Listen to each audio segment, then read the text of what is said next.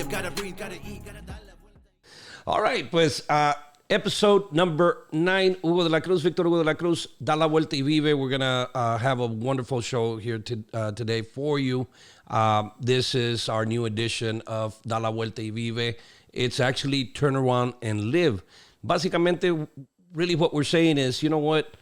Yeah, stop whining, stop doing whatever it is that you're doing, and then turn around and start living. Enjoy life. That's what we want, is that we want people to enjoy life. And one of the things that brings life to all of us, one of the things that has been a great, big, huge part of my life has been music. Coming from the music background, having my father be a DJ for over now 60 years, we're here and we continue on. And why? Because music is something that touches our heart. And because it touches our heart, it's something that comes from within. A lot of times we've forgotten about that.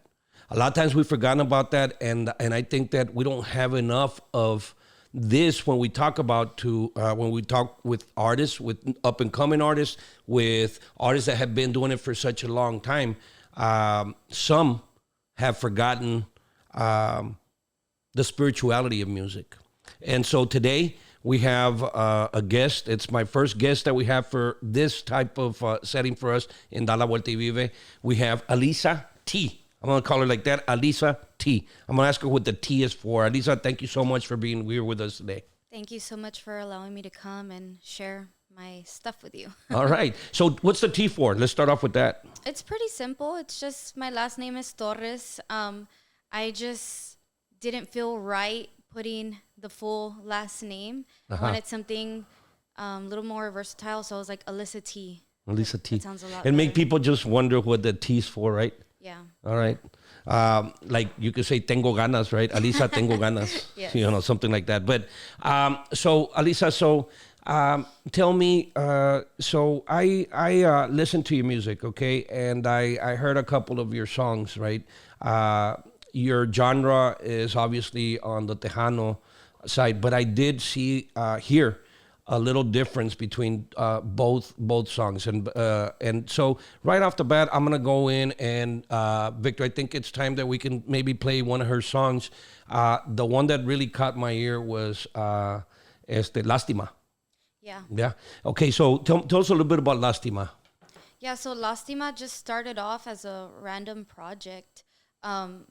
The songwriter, which is Jerry Yanis, approached us at our house and just basically told us that he had a song that was coming out, and that he basically wanted a female singer to sing it. And he already knew what my genre was because my fiance had already told him what we were gearing towards.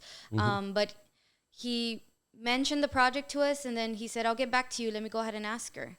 And so he gave me all the details. He said, you know what, Alyssa, this is going to be something different. This is not going to be your typical Tejano. It's going to be norteño or rockteño, kind of like they say it nowadays. And that's how it began. He sent me the words, and he sent me a little dummy track of him just singing the song, and the rest was history after You that. did incredible. I really enjoyed it. And yes, something different, something rockteño. I don't know where that term even comes from, but knowing that I came from the Yanis family, I can tell you, I know Danny, I know Hugo, Yes. and they can do pretty much anything you put on their plate.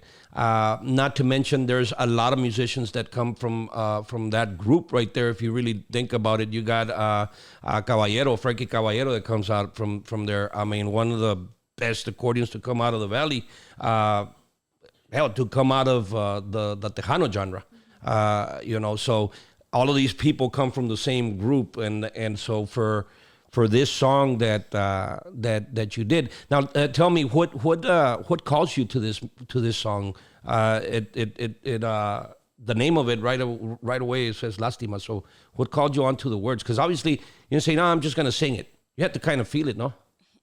Yes, I guess personal experience, when you hear the song, it's about somebody who's like ignoring your messages, and I mean, everybody who's had relationships, whether it was, when you were in high school to growing up, you always have that one heartbreak, know.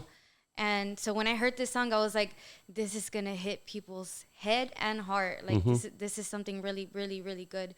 And when I was singing the words, I was like, I'm kind of thinking like I could live with this. Like it's a story that I'm telling that Jerry wrote it, right? But I could feel everything that was saying. So when I sang it with all my heart, kind of like yelling and telling him, that it's lastima that you're doing all this stuff to me. So let's talk about that. What happened to you? What happened to you that took you that when you hear this song, it reminds you of that? What happened to you? So I've had really bad relationships. Just the kind of, I guess, respect that was given to me, disrespect, I'm sorry, was just horrible. I grew up in a household where, like, my parents were always fighting, and it was just very toxic. And so when I first started getting into relationships, I didn't know the proper way of love or how to be. So anytime somebody would be a certain way with me, I didn't know how to go about it, Oh, I like what you're saying there. So yeah. What is the proper way to love? Or what do you, in your eyes, I mean, you talk about a toxic lifestyle that you grew up in. And obviously when we get to a certain point in our lives, we don't want to stop the cycle, right? So what is your opinion of what love should be like? What is that perfect, I don't say perfect because nobody's perfect, but that love that you're searching for, what is that? Of course. Well, I would say it's not really a cycle. It's kind of like a curse. You know why? Because it's like, it's toxic, and then you always say when you grow up you don't want it to be a certain way, right? But when I was growing up with all that, when all that stuff was happening, I said, okay, I want to break the curse. Like, teach me how to, telling myself, teach me how to love. What's love? What's love? I really didn't even know what was love, to be honest. I didn't know. I knew the love that I got from my grandparents, right? But that's not a love where you're with a partner or you're with somebody. And I recently found it, because I did have, times in my life where I did have that love, like with the father of my son. That was a love. And then I was in a 6-year relationship. That was love as well, but to a certain extent, because I always felt like I was giving more than what I was getting back. And so to me, love now, the love that I have now is somebody who's going to be with you not just for the good, but for the bad, because we all have flaws. Somebody who's going to be patient with you as well.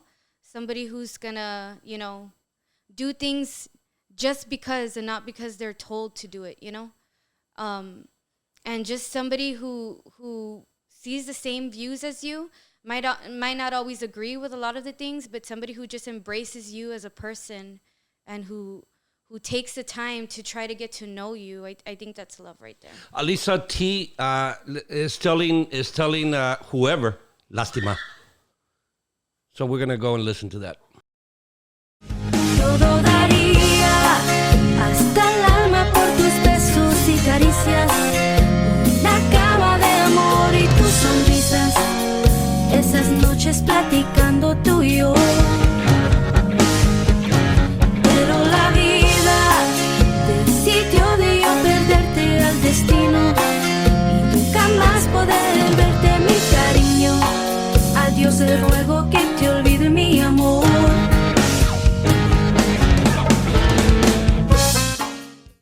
All right, well, there you go. The Lastima. Wow. Again, musically, I just hear so much. Right before we went to that song, you talked about the meaning of love to you. Now, I see that you're accompanied here by somebody that I know very, very well, and I imagine that right now when you said now it's different. Now I see. So I see that you're here with a very well-known guy. His name is Isaac Riojas. Some of you will know him from from a very, very popular Roberto Pulido Jr., ¿verdad? Bobby, they call him Bobby Pulido, and played accordion for Bobby Pulido. So what's so different about Isaac? You know what? To make the story short and to the point, I've known Isaac for a long time. Very long time. Like, very, very long time. Because he played with my uncle and he played with my grandpa. But we never had that kind of relationship. It was always like, hey, how are you doing, Alyssa? I hope all is well. Would check up on me every so often. And then we didn't start like rekindling or talking about things until the COVID shutdown, the first COVID shutdown. We started, talking once again and kind of rekindling to where we started talking about music. And I remember the first thing that came out was that I wanted to do a song that sounded like Ruben Ramos with all the orchestra. And I guess that's what got him because he's like, what? A girl like you? Because I'm in my 30s, so I'm kind of young, And he was kind of like, we were talking and I knew all this history about all these Tejano artists and whatnot. And he's like, I'm just amazed. Like, how do you know this stuff? So music got us together. But then once he started finding out how I am and how he is and my mañas and the things that I do, like we just clicked. Kind of clicked. Yeah, we just clicked and now we can't be without each other, but we can't be together either. It's a love-hate relationship. Yep, you hit it right on the money right there. Yeah. So when we, you talk about, and I know that you talk about other things. So right now you mentioned that you have a child. Okay, how old? He's 11. He's going on 12. Wow, tough years. I know. Oh, well, actually, you know what? Nunca batallé with him. Until recently. But he was a good baby. People would say, oh, you probably were waking up every 2 hours with him, and he was always crying. He was such a good kid. Yeah, but now we're talking about those years, man. So my mom calls that la edad de la chocancia. Those are some of the things that people go through. And I guess the reason that I'm bringing up this, Alisa, is because a lot of people don't really look at this. They think that an artist is just what you see up on stage. Up until recently, there was an issue. Intocable had an issue. Ricky had an issue on stage, pretty much, I'm going to say a meltdown, but he pretty much said, you know what, I'm tired. I'm going to stop right here. I'm going to step off. And people don't understand. I think that one of the things that did kind of bother me is that he told the people, I'm not going to give you your money back. But it really wasn't his call because really, obviously, he wasn't the one doing the event. There was some other people that were doing the event. So it was their call. Apparently, all of that was cleared up and he's back, he's strong, and he needed a break. Time comes in your decision to actually do this at you say you're in your 30s. Obviously, you're ready to come out and you're ready to. A lot of times, people say, "Man, they came out too early." I think you right now, just by looking at you, you're pretty. I haven't seen you on stage, but you look to me like you're the complete package. And so and when I say complete package, please don't understand and please don't get me wrong and say, oh, because somebody's beautiful or because somebody dances a certain way or dresses a certain way. I think the complete package is when someone is ready to move forward and say, you know what, I'm ready. What made you say that? What made you say, or do you think to yourself, I'm late?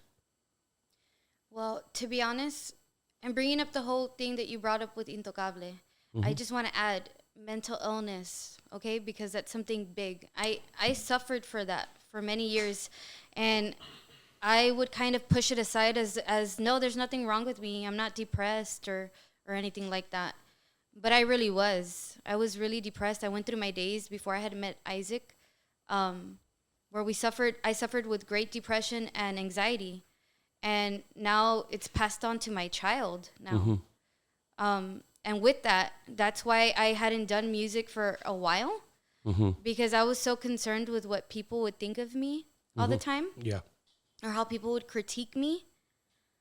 Because there's some very ugly people in this world.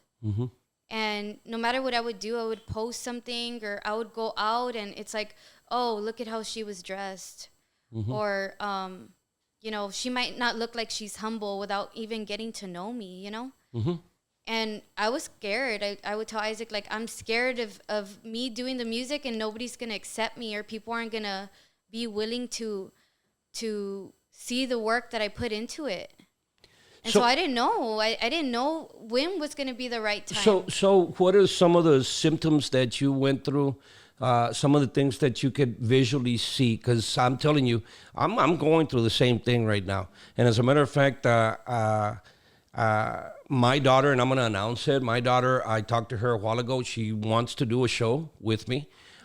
Who is suffering from anxiety, who is suffering from depression.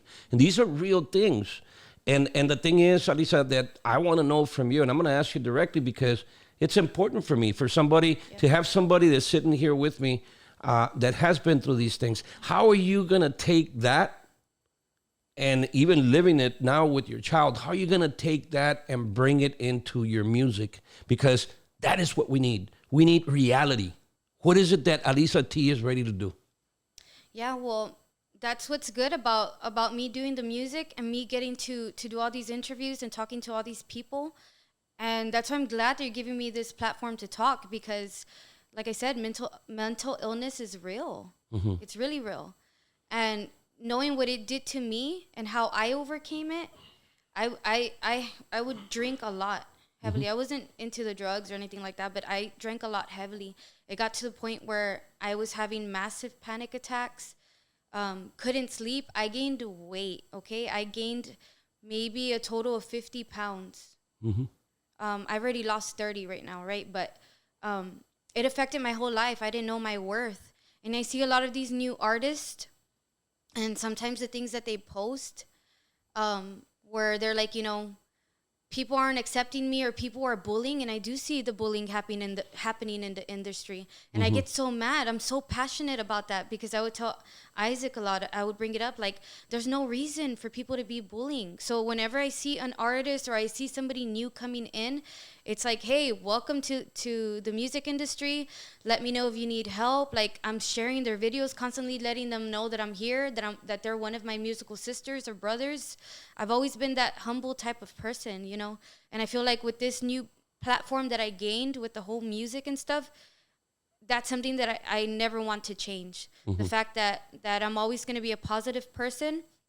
I'm always going to express the way I feel, even if it upsets people, because I've been there before and I know how ugly it feels. And there's a responsibility that as artists that we must have once you get into that platform and you're up on that stage. One of the most important things that you have to do is look at your surroundings and see. You see a couple sitting on table 7, and you see that they're having a hard time. They're arguing. They're being jealous or whatever. You already know what that one song that's going to touch them. And you go that route and you say, your job is to turn those people around. And you cannot do that unless you're positive. And I really love what I'm hearing right now. I really love what I'm hearing right now from you, Alisa, because I know what you're going to bring to this industry is something that is long overdue, especially in the genre that you're coming in. Isaac won't let me lie. There is so much jealousy. There's so much bad influence. There's so much, we can't see Alyssa T do better. And you know what? Forget about the awards. Forget about all those things. Concentrate on what's going on in front of you. If you go and you play at a place where there's 10 people, guess what? Those 10 people, they're there because they had to hear you. That is what it comes down to. Talk to us about this next song we're going to be listening to. Yeah. So this next song was produced by Isaac. So this one's different.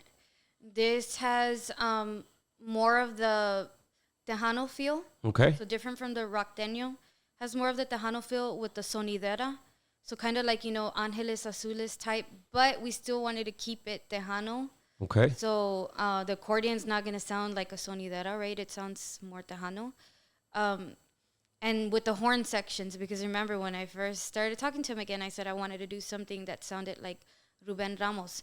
Also because I'm real old school. I'm young, but I'm old school when it comes to Tejano. Because of my influences and because of my family background. And so this is something that I thought, you know what?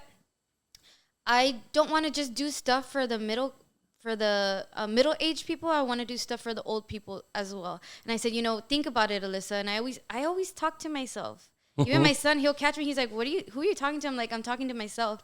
But I was like, think about it. Like, who's gonna dance my music when I go and play? Like, I always think whenever I do a song, I'm thinking, are people gonna like it? Are people gonna dance it? And so that was the influence for this song. So let's listen to Alyssa T and the name of the song. Me vas a extrañar. All right. Me vas a extrañar, te apuesto lo que quieras que vas a buscarme y vas a llorar porque tú a mí jamás supiste valorarme.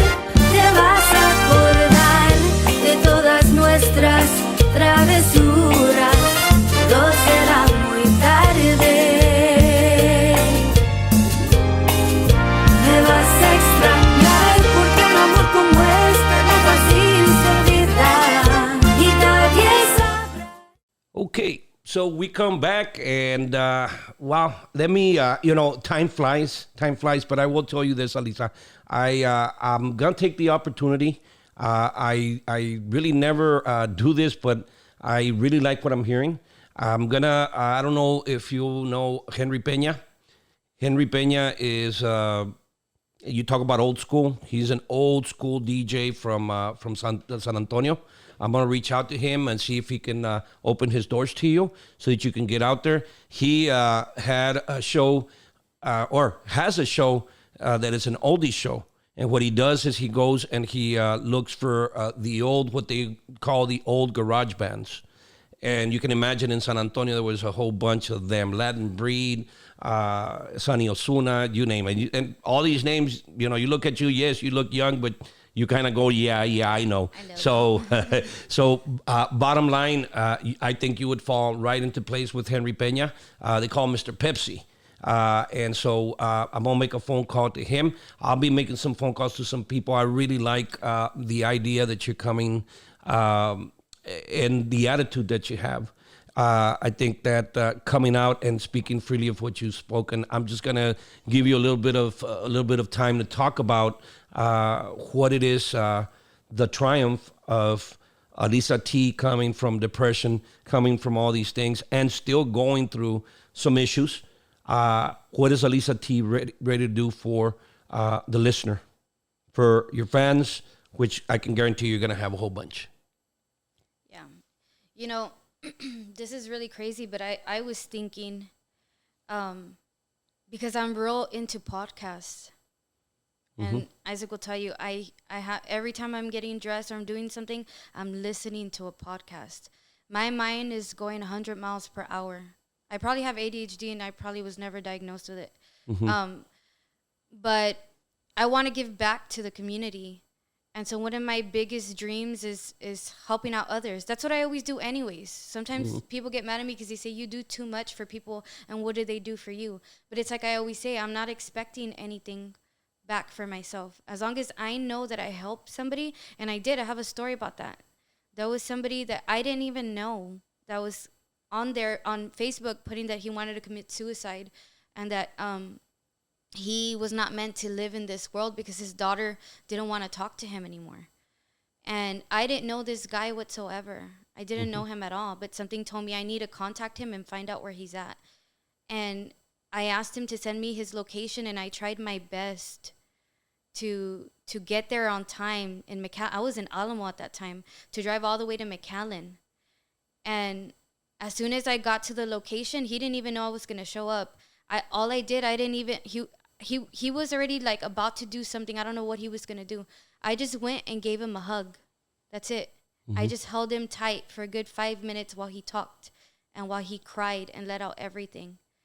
And, I felt like I was there at the right time. And I'm real spiritual and religious now. I probably should be going to church more than I do, but sometimes I work on Sundays, so it's hard. But I'm a big believer that things happen for a reason, you know? I was put on this platform. I'm doing what I'm doing for a reason. People have been messaging me that they love my music, or messaging me that they didn't think I would ever message them back, because sometimes they message artists and artists don't message them back. And I'm like, what? Like a simple thank you so much, or a simple, you know, thank you so much for supporting and listening to me can change somebody's attitude from whatever they were going through that day. Amen. And so I know with my music and with the new stuff that's coming out, because we have more songs that are coming out that haven't been released yet. Mm-hmm. I know somebody's going to be touched in some way. And I know that once I start singing and interacting with all these people, not just from the Valley, but from everywhere else, that I can share my stories and my influences, and they can share them with me, and we can both piggyback off of that, and I can help. If I can help one person, that's more than anything. I like that. So, okay, so basically what I want to say is, first of all, I want to thank Gilbert Segura, my padrino, because he brought you here. And I'm very, very impressed with what I'm hearing. I know that sky's the limit for you. Your reasons for doing this. Now, I do want to tell you this. Labels, that's what they are. They're labels. Yeah. And I'm going to tell the public, labels are just labels. Now, with the platforms that we're looking at, we see people. La Cruzada Radio brings you the music. A lot of people don't, people are signing up to La Cruzada every day. La Cruzada Radio is there. It's an application. You can download it. You can listen to the podcast. And on top of that, you can listen to music that you're not going to hear anywhere else. And I'm going to tell you why. Because we look for music that impacts people. How do we know? By the amount of views. I have listened to so many out there. I do the production for La Cruzada Radio. And so for me to go in there and take my time to look and listen to the different artists that are out there is because you're listening to them. And I know, Alisa, you're going to do good. And so thank you so much for coming out to, and I'm going to tell you straight up, I mean, yes, you're right. There's always a reason for everything. And let me tell you, we're going to be bringing in my daughter. My daughter's 14 years old, okay? She's going through a lot of things that you and myself have gone through. And she herself wanted to sit right there where you're at. And so, yes, there's a reason. And so I know that finishing this, that sky's the limit. Yes. So thank you so much for being with us. Isaac, thanks you so much for bringing her. Thank you so much for inviting me. And I had a blast. You got some things out of me that I didn't know I was going to say. I've done interviews before. And I really, really wish you all the best in everything you guys do. And thank you so much for the opportunity. Thank you. All right. Da la vuelta y vive. God bless you. We'll see you next time. Da la vuelta y vive. Gotta live, gotta breathe, gotta eat, gotta dar la vuelta y vive. Take it to the top, never gonna stop, gotta darle vuelta y vive. I'ma make it last, listen for the facts, gotta darle vuelta y vive. Tengo que decir, tengo que vivir, dar la vuelta y vive.